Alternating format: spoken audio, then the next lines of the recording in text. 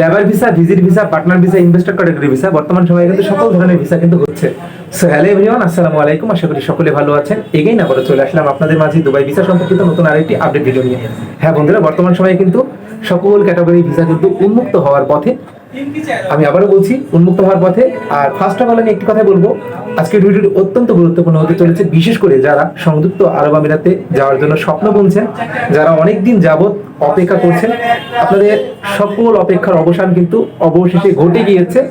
এবং বর্তমানে যে গুড নিউজটি পেয়েছি আমি লাস্টের দিকে এক্সপ্লেন করবো, লাস্টের দিকে জানাবো, কারণ একটা আপডেট আছে, আপডেটটা আপনাদের জানাই। সে বর্তমান সময় আপনারা আমাকে অনেকে কমেন্ট করছেন যে ভাই সংযুক্ত আরব আমিরাতে তো যাবো বর্তমান সময়ে। এখন অনেকেই আবার কমেন্ট করতেছেন যে অনেকদিন যাবত বসে আছি, প্রিজন কোম্পানির ইন্টারভিউ দিয়ে ভিসা হচ্ছে না। আসলে ভিসা আপনাদের হবে, তবে আগে যে সময়সীমা লাগতো, অর্থাৎ আপনারা 1.5-2 মাসের মধ্যে যেতে পারতেন, এখন বর্তমান সময়ে কিন্তু আপনারা ওই সিস্টেমটার মাধ্যমে যেতে পারবেন না। এখন আপনাদের দেখেন বর্তমানে কিন্তু হাঙ্গামাটা চলছে, অর্থাৎ যুদ্ধ চলছে। যুদ্ধ বলতে গেলে কেমন, আপনার ওই যে ঘাটিগুলো রয়েছে, ইউএসএ যে ঘাটিগুলো, এই ঘাটিগুলো উড়িয়ে দিচ্ছে। এখন এক্ষেত্রে দেখছি যে আসলে যুদ্ধের পর্যায়ে কিন্তু চলে যাচ্ছে। যাক, এটার বিষয়ে আমি না আসি। তো বর্তমান সময়ে যারা ভাবছেন যে লেবার ভিসায় যাবেন, আপনাদের জন্য একটু গুড নিউজ, সেটা হচ্ছে কি আপনারা ফ্রি জোন কোম্পানিগুলোতে ট্রাই করে দেখতে পারেন। কেন বলছি, ফ্রি ভিসায় যাব, তারপরে পার্টনার ভিসায় যাব, আপনারা যেই ভিসায় যান না কেন কোম্পানির মতো শান্তি কিন্তু কোথাও পাবেন না।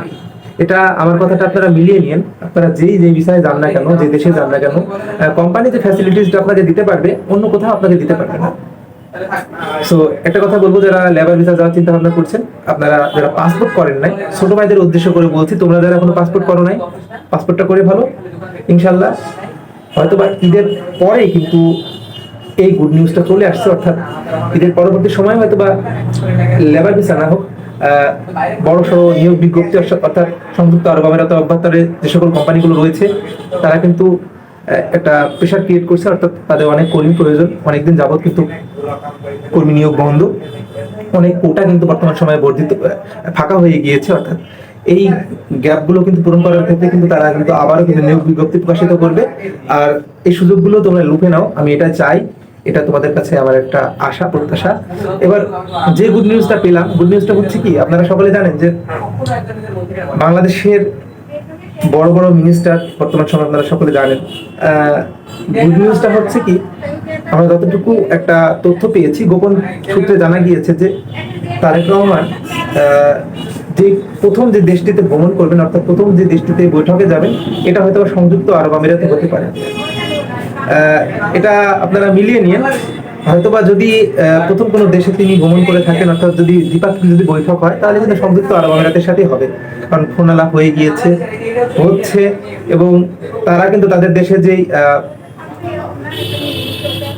তারা কিন্তু বাংলাদেশের সাথে ব্যবসায়িক যেই আগের মতোই কিন্তু তাদের যে সিস্টেমটা তারা কিন্তু চালু রেখেছে। সো সব দিক থেকেই যদি বলতে চাই, তাহলে কিন্তু এটা একটা গুড নিউজ যে তারেক রহমান সর্বপ্রথম সংযুক্ত আরব আমিরাতে ভ্রমণ করবে। এটা যদি সত্য হয়, গোপন সূত্রে আমরা যতটুকু জানতে পেরেছি, এটা যদি সত্য হয় তবে আমাদের জন্য ভালো।